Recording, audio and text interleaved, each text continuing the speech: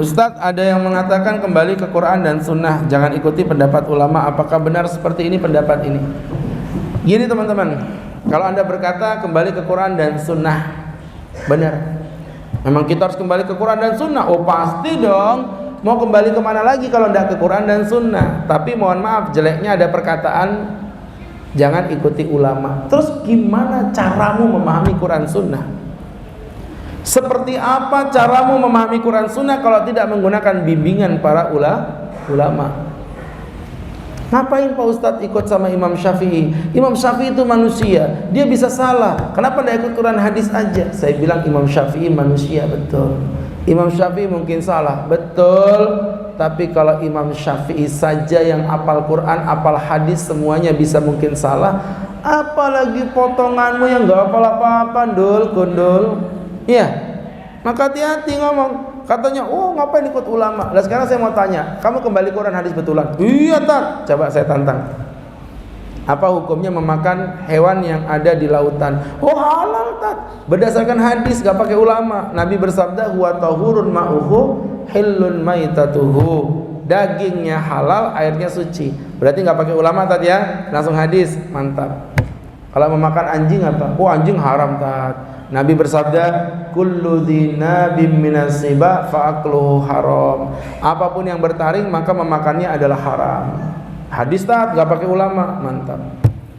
Jadi makan anjing haram. Hewan yang di lautan halal. Lah kalau anjing laut dibilang anjing laut, dibilang laut hus sembarangan. Bingung kan? Karena kamu tahu dalilnya, nggak tahu cara memahami dalil. Namanya ilmu usul fikih. Dan itu yang dipahami oleh para mujtahidin, para ulama, dan kita nggak nyampe ke situ. Jauh bu. Ini kalau menjawab pertanyaan ini jadi satu tema bisa ini. Ya, bisa jadi satu tema ini, bisa dibahas secara spesifik. Tapi kesimpulannya pendapat ini sesat menyesatkan.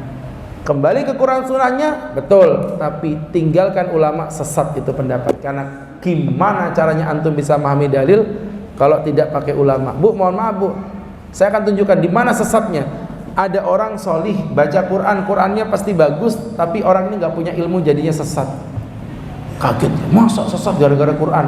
Allah berfirman, famastamta'tum minhunna fa'atuhunna ujurahunna fariidah. Apapun yang kau nikmati dari wanita, ini redaksinya demi Allah saya nggak ngerubah-rubah. Apapun yang kau nikmati dari wanita, maka bayarkanlah upahnya secara berketetapan. Ini kalau dipahami orang yang nggak pakai ulama, pakai otak sendiri, ini kan berarti Manggarsari guys. Iya kan? Apa yang kau nikmati dari wanita, maka bayarlah upah mereka secara berketetapan. Ceklik. Ternyata halal dengan pelacur ini Pak Ustadz. Ya kan? Kalau orang tidak punya ilmunya, gila dia. Padahal kalau ada ilmunya itu ternyata ada sebab nuzul, ada sebab turunnya ayat.